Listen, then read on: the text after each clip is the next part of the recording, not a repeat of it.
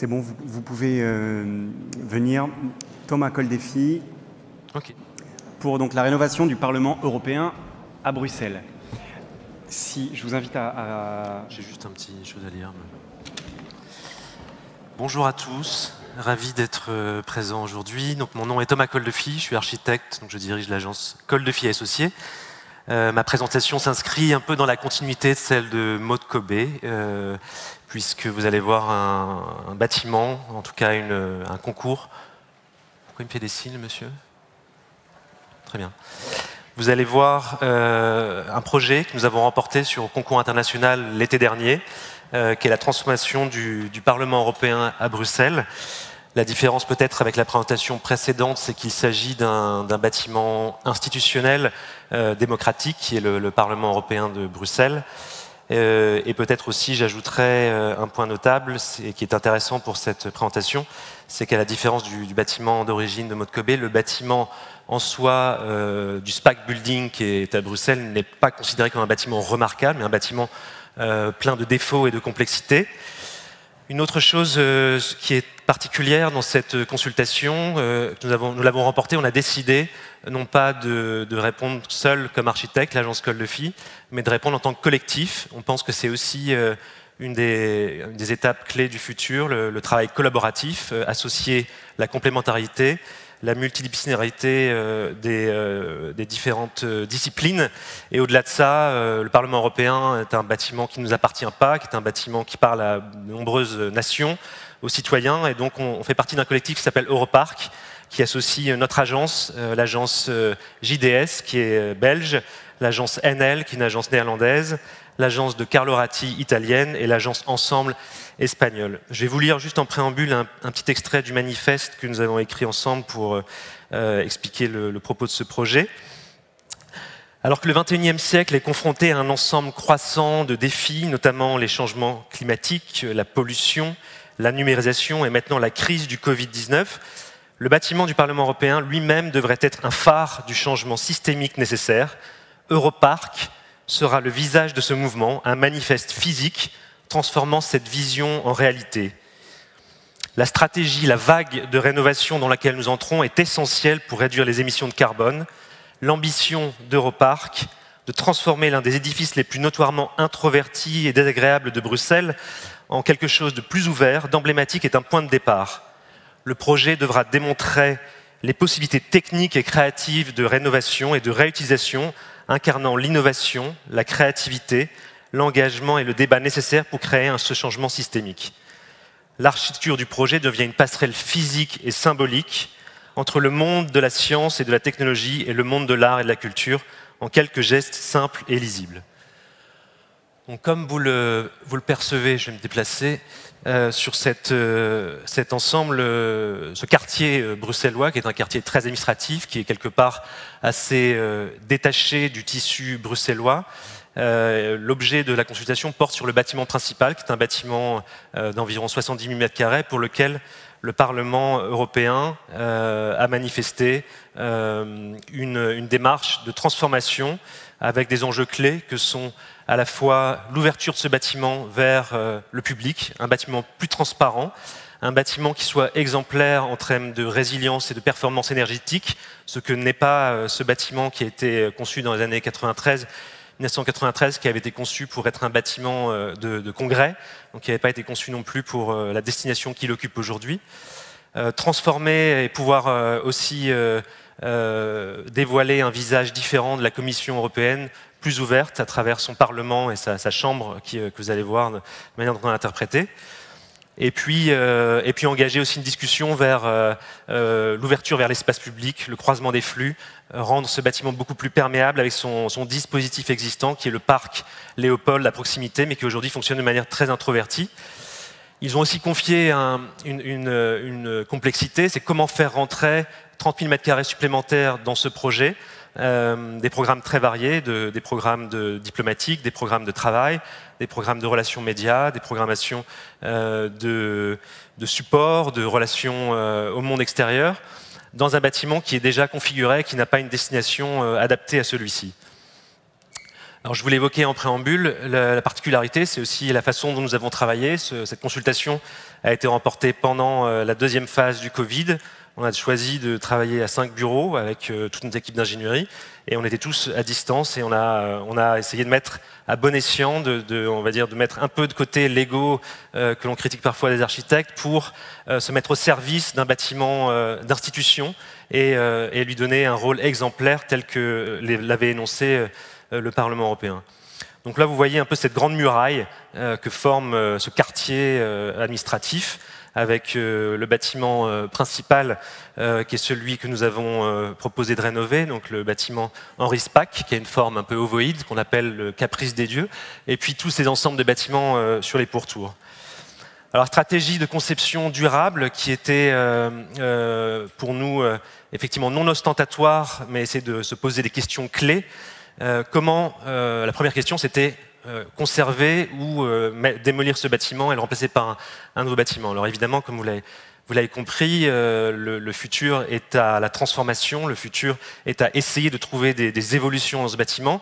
Donc c'est ce que nous avons proposé, de maintenir environ 50 à 60% de la structure existante, ensuite de le perforer, de rendre son socle perméable pour l'ouvrir vers le quartier bruxellois, mais également vers le parc qui est alentour, dont les utilisateurs ne bénéficient pas aujourd'hui, et de découper également un des équipements existants qui formait cette muraille que vous voyez dans la photo précédente, le bâtiment Spinelli, pour offrir une percée visuelle vers ce nouvel équipement ouvert sur l'ensemble de ses alentours.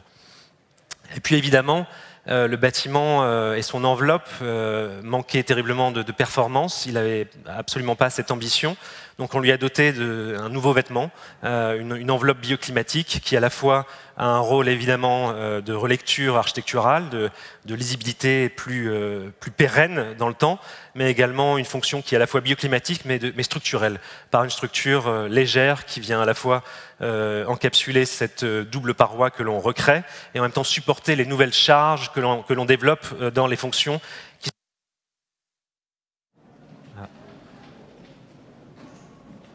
Est-ce que vous m'entendez? Oui, ça remarche. Ensuite, deuxième axe majeur a été finalement le lieu symbolique et principal du Parlement européen, c'est sa chambre, c'est là où les débats sont établis, les lois sont votées, sont proposées, mais ils sont aujourd'hui très peu partagés, ou en tout cas très peu visibles. Donc un geste fort que nous avons proposé, c'est de déplacer cette chambre en toiture, en belvédère sur la ville, en belvédère quelque part sur la société, et d'ouvrir des fenêtres aussi vers le monde extérieur. Et puis, je fais aussi le lien avec Maud, les toits de ces bâtiments, souvent peu exploités, sont des potentialités aussi de détente, de loisirs, d'accessibilité au public, de belvédère. Donc c'est ce que nous proposons aussi en toiture par la création d'un grand parc accessible aux citoyens pour à la fois se divertir, se rencontrer, mais également avoir un contact direct avec l'institution. Voici une des images principales de la proposition. Et puis les principaux éléments tels que nous les avons décomposés, vous le voyez, je l'évoquais, le passage. Donc le passage, c'est cette ouverture dans son rez-de-chaussée. La création, la perforation d'un élément, la création d'un atrium qui deviendra depuis le lieu de passage un élément de déambulation et de découverte sur le toit. Ce grand escalier que vous voyez sur la gauche de l'image permettra au public d'accéder à la toiture. Également de réutiliser la structure existante pour créer les nouvelles fonctions, à la fois dans son centre, mais dans ce bâtiment totémique qui devient un bâtiment dans le bâtiment, où on vient encadrer différentes fonctions administratives. La chambre qui se positionne juste sous la couche de jardin, quelque part la chambre protégée par la couche de terre, comme une terre protectrice, c'est aussi un élément assez symbolique du projet. Et puis le parc, qui lui est un parc disponible pour tous. Voilà, si je ne vais pas rentrer dans le détail, mais des différents éléments composantes du projet, et peut-être un point d'aparté qui est de dire, dans un bâtiment qui apparaît complexe à transformer, la création en tout cas et la transformation architecturale doit poser les éléments de manière très lisible et efficace pour rendre ces projets beaucoup plus simples dans leur appréhension, dans leur redécouverte, mais qui offrent aussi de nombreuses possibilités, parfois cachées. Donc là, vous voyez le foyer qui a été créé, qui est exactement dans le passage du bâtiment que vous voyez préalablement. L'atrium pour les visiteurs, qui est une perforation que nous avons créée, le bâtiment totémique, l'exosquelette de façade, la chambre qui se situe sur le balcon de ce projet, et puis finalement une fenêtre aussi depuis la Chambre des députés sur la ville. Voilà, il en résulte un bâtiment, comme on le voit sur ce plan masse, qui simplifie sa lecture, qui s'ouvre à la ville, un bâtiment plus transparent, dont l'architecture est exprimée uniquement par des systèmes techniques légers qui viennent réenvelopper, c'est la transparence, mais également une structure légère qui permet d'asseoir les nouvelles charges, qui compense celles du bâtiment existant, qui n'avait pas été conçu pour accueillir un bâtiment d'aujourd'hui 90 000 m², alors qu'il en faisait à peu près 50 à 60 000. Et puis un nouveau visage de ce projet, tel qu'on le voit ici depuis la place du Luxembourg, avec la perception de la chambre et de ce jardin qui devient le totem du bâtiment en ouverture sur la ville. Ici, vous voyez également une vue plus piétonne de ce passage qui crée des nouvelles connexions. Et puis, sur cette coupe, on voit à la fois la coexistence entre une structure béton existante et les nouveaux grands éléments qui sont induits et proposés dans ce projet, ce grand jardin suspendu, le foyer en son centre, et puis la chambre des députés qui se situe en balcon sur le jardin. C'est un extrait de cet atrium qui permettra aux visiteurs de déambuler, d'avoir une visite presque à l'image un peu du bâtiment Pompidou, où ça devient une visite plus touristique. Le visiteur et l'acteur du bâtiment se situent au cœur du projet. Et puis la chambre, elle, l'hémicycle des députés, qui travaillera donc dans un lieu beaucoup plus ouvert, un lieu en rapport avec les éléments, où le digital et le monde naturel s'entremêlent, où le public et le privé sont partagés, puisque ce toit est à la fois habité par l'espace institutionnel et par l'espace des visiteurs qui est proposé dans notre projet. Voilà un visuel de la chambre telle qu'elle peut être perçue depuis le jardin, avec évidemment des dispositifs de sécurité et de non-co-visibilité qui vont être étudiés dans la suite du projet. Et là, vous voyez une configuration de l'hémicycle en activité, avec sur son espace scénique la fenêtre qui, elle, s'ouvre sur la ville. L'agora verte, je l'évoquais, c'est un des points clés du projet, c'est la coiffe du bâtiment, c'est un élément autant symbolique qu'un élément nécessaire pour faire en sorte que la nature revienne en ville. Ici, dans notre travail avec le paysagiste, l'idée était de travailler un jardin botanique avec des plantes des différents pays européens, qui soit à la fois une découverte physique, mais aussi une découverte culturelle et pédagogique. Et voici l'ambiance telle qu'on peut imaginer le nouveau visage de ce Parlement partagé entre le public et le privé. Et puis je vais terminer peut-être sur la stratégie donc de démolition et de reconstruction. Comme vous le voyez, je l'évoquais, le choix stratégique de préserver ce bâtiment, de lui enlever des artifices, en tout cas des composantes complexes, à la fois dans sa partie centrale, mais également dans sa partie supérieure, pour développer une stratégie de projet qui fonctionne en anneaux, qui permettent à la fois d'imbriquer des nouvelles fonctions en son centre, de créer ensuite une nouvelle enveloppe qui viendra abriter les fonctions supérieures de la toiture, et de créer une structure qui, elle, jouera ce rôle à la fois, une structure de façade qui a à la fois un rôle bioclimatique, mais également structurel sur l'entièreté du projet.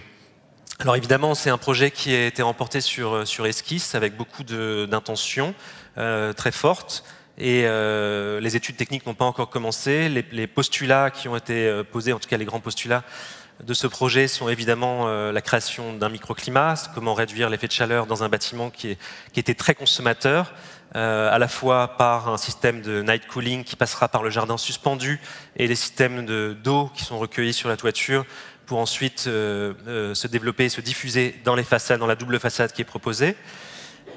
C'est également par le système de récupération d'eau, par l'optimisation des matériaux de manière générale, mais c'est également par la proposition de créer ce qu'on appelle en français power plant, virtual power plant, qui est une sorte de collecteur finalement des différentes énergies possibles virtuelles, où les différents pays membres de l'Europe pourront participer à transférer des énergies produites en Espagne ou dans d'autres pays membres de l'Europe pour fournir à la fois leur effort dans la consommation de ce bâtiment, au-delà de ce que ce bâtiment pourra produire lui-même par les énergies qu'il propose. Voilà, je vous remercie. Voilà.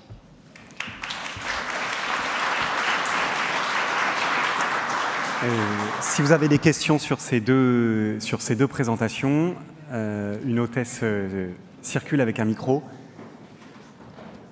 Merci Maud Cobet de remonter sur scène.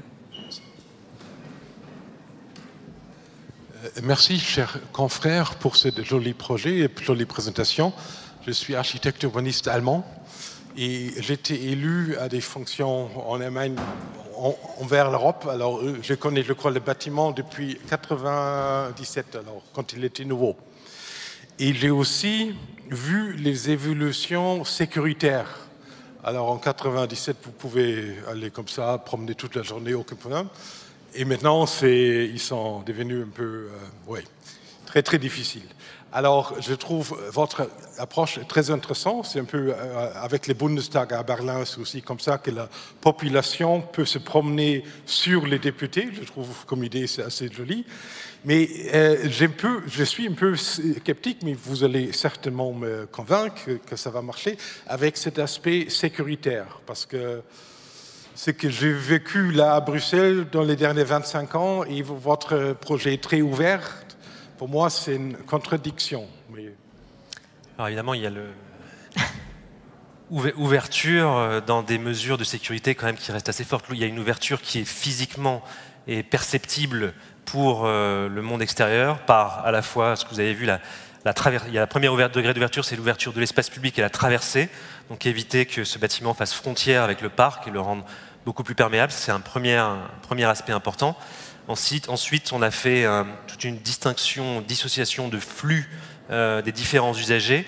Le flux d'accès au public est entièrement sécurisé par la création d'un passage unique dans cet atrium qui lui permet d'accéder. En fait, c'est le seul accès du public qui permet d'accéder à la toiture. Ensuite, il y a d'autres flux parlementaires, il y a d'autres flux VIP. Chaque flux est dissocié. J'ai présenté effectivement de manière un peu générale le fait que ce bâtiment devenait un bâtiment largement accessible au public. Il l'est dans une certaine mesure symbolique, mais c'est essentiellement la toiture et un espace boutique en rez-de-chaussée et ce lien vertical qui permet à la fois dans le parcours d'escalator d'avoir une vision avec on aura certainement des dispositifs digitaux qui donneront certaines informations en temps réel, des débats. Donc c'est plutôt, ça reste largement sécurisé.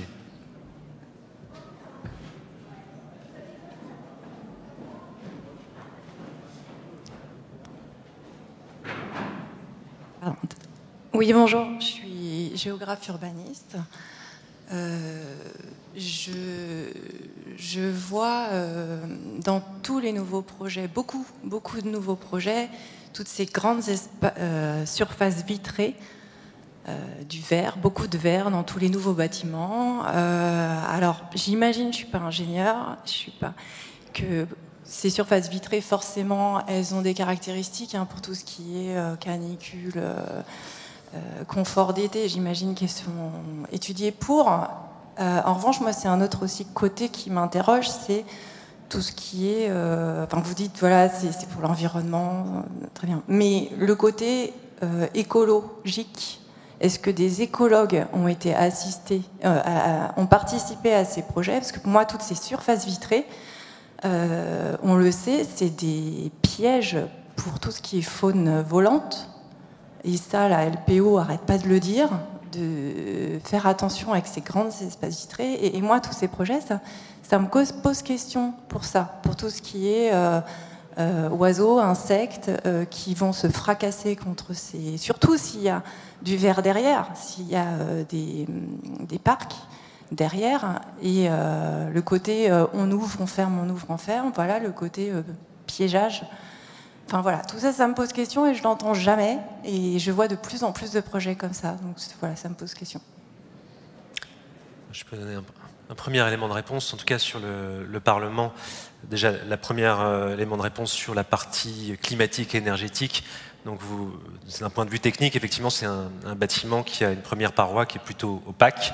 Et en fait, le fait de rajouter une deuxième façade vitrée, on crée une chambre à air. Donc, c'est une chambre à air qui, d'un point de vue environnemental, en tout cas énergétique et climatique, très intéressant, parce que c'est une chambre à air qui permet autant de stocker les calories chauffées que de stocker les calories plutôt froides, et donc de gérer par des systèmes d'ouverture ou de diffusion, de récupération de cet air, un bâtiment beaucoup plus résilient d'un point de vue de son climat intérieur. Mais ça ne répond pas à votre interrogation du point de vue faune et flore. Alors, c'est une réalité. Par contre, ce n'est pas une réalité qui est tout à fait juste, puisque aujourd'hui, au-delà des aspects niches ou des aspects qui pourraient être dangereux par la géométrie de la surface vitrée en soi, il y a 10 000 types de verre et 10 000 types de reflets. Et moi, j'ai conçu un bâtiment de bureau ici autour de Paris, où il y a moins de verre, mais un élément vitré supérieur.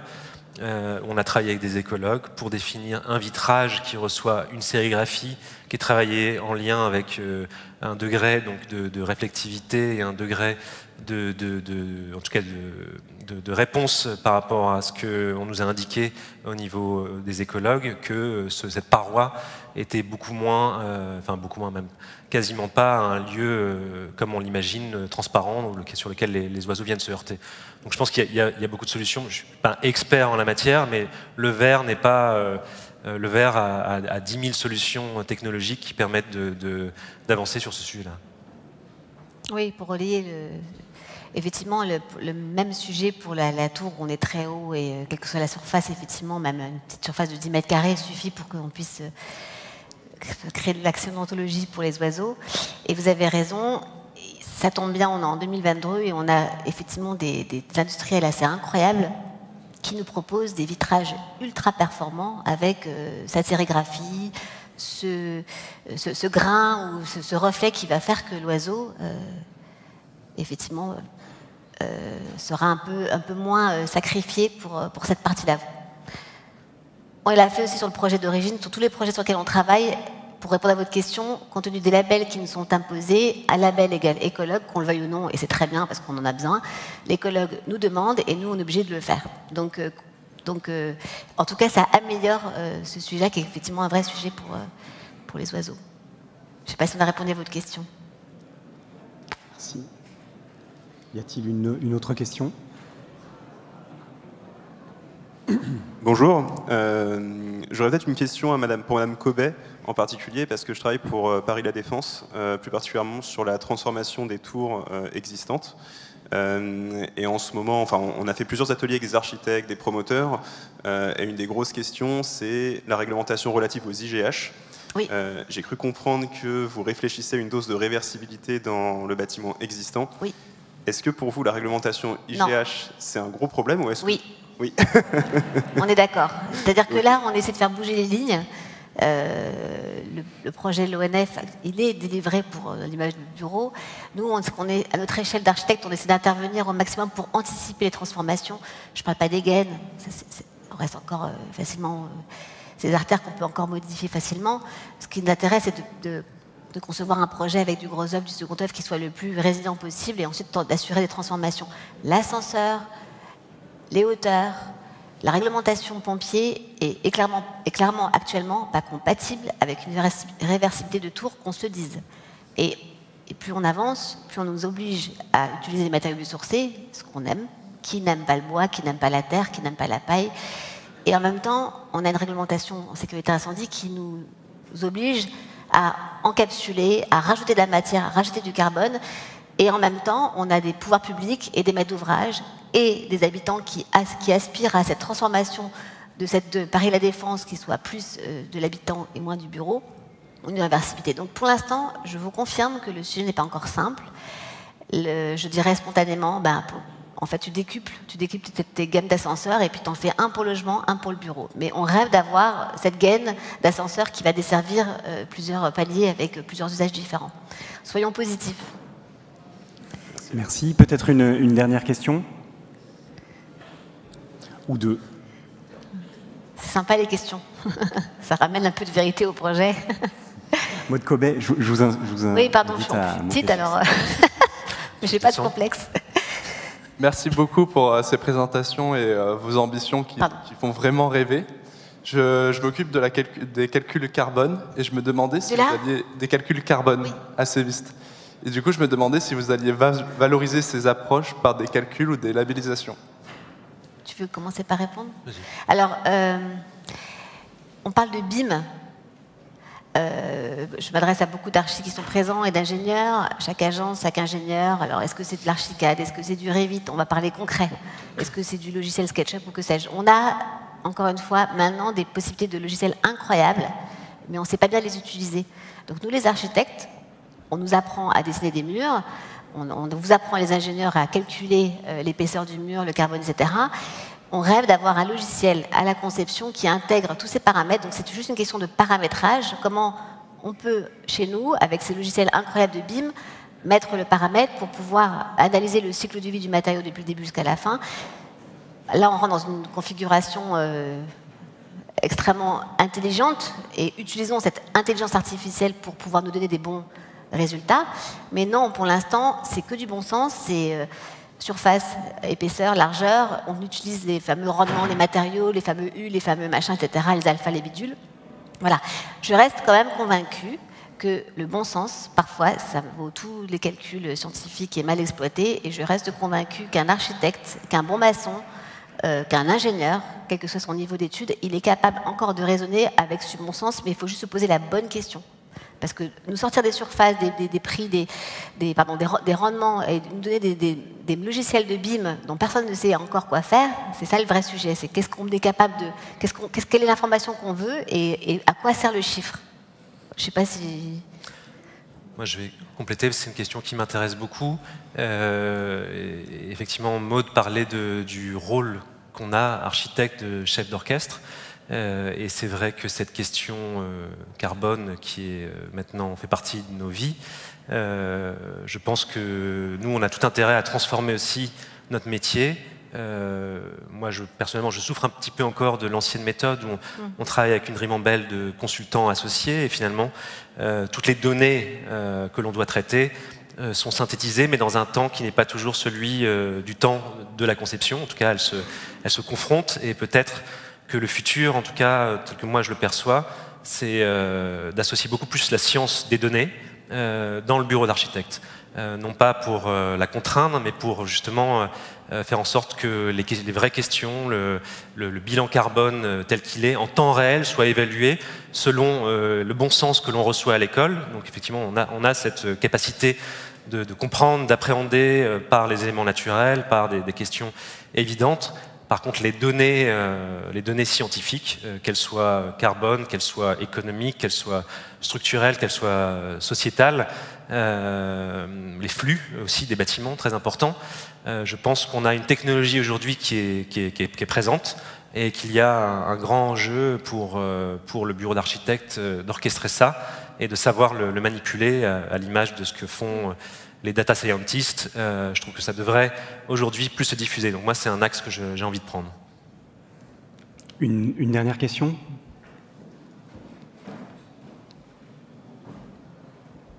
Merci. Bonjour, Hélène Desbiès, Société Verdi. J'avais une question pour Maud Cobet.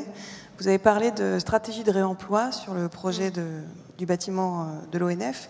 Et je voulais en savoir un peu plus, s'il vous plaît. Alors, on le montrait dans le documentaire, toute cette matière qui existe déjà, qu'on ne sait pas quoi faire. C'est vrai que c'est compliqué encore, et c'est de la même manière qu'en fait, je pense qu'on vit une époque assez extraordinaire où on va tous mourir, c'est la fin du monde. Ok, qu'est-ce qu'on fait de tout ça? On va essayer d'agir de manière positive, c'est un peu ça l'idée, sinon on ne sert à rien. Donc, on sent qu'il y a des choses qu'il faut engranger. Le réemploi, c'est un mot qui est extrêmement à la mode, mais c'est un mot qui paraît évident. Qu'est-ce qu'on fait de ces tours à la Défense qui ont des façades vitrées dont on ne sait plus quoi faire, parce que c'est des façades en miroir dégueulasses qui effectivement n'étaient pas bien pensées à l'époque, et pour l'enveloppe, et pour la faune, etc. Qu'est-ce qu'on fait de ce béton qui est là, qui a déjà consommé de l'eau? Qu'est-ce qu'on va en faire de ça? Donc, on nous met, nous les architectes, les maîtres d'ouvrage, à disposition des plateformes qui sont en train de s'organiser. Il y a pas mal d'associations qui sont en train d'organiser pour faire une sorte d'audit des bâtiments qui sont en train d'être détruits à l'instant T. Donc, utilisons encore une fois, je déteste ce mot intelligence artificielle, mais cette intelligence de la data pour dire j'ai un chantier, il est là, localisé là. Donc cette plateforme-là va te présenter, voilà, j'ai des faux plafonds, des planchers, etc. Voilà la surface, voilà le chantier, quand est-ce qu'il va commencer, Et donc, on va organiser des filiales pour faire des transferts de matériaux. Le sujet, c'est qu'ensuite, il faut que l'architecte joue le jeu. Est-ce qu'il a envie, c'est pas facile, pour être sincère, de réemployer des matériaux qui sont démodés, qui sont mal foutus, qui sont mal, etc. Deuxième chose, ça va coûter. On sait que le réemploi coûte cher, encore. Et troisième chose, il y a la réglementation, il y a l'assurance, et il y a tout ça qui n'est pas encore prêt. Donc, je pense qu'il faut faire, déjà la première chose, c'est s'obliger. Comme un réflexe, à l'époque, on traîne nos déchets, on rigolait il y a 10 ans, c'est ridicule des histoires de poubelles, maintenant ça devient évident. Et bien le réemploi, c'est pareil. Donc obligeons-nous au fur et à mesure, et on va créer une dynamique qui va s'organiser et qui va rendre les choses beaucoup plus agréables, et on pourra peut-être dégager une certaine esthétisme, finalement, de cette architecture réemployée, pourquoi pas. Merci beaucoup, merci à tous les deux. Avec plaisir, merci à vous. Pour ces présentations. Merci. C'est la pause. On se retrouve ici à 14h45.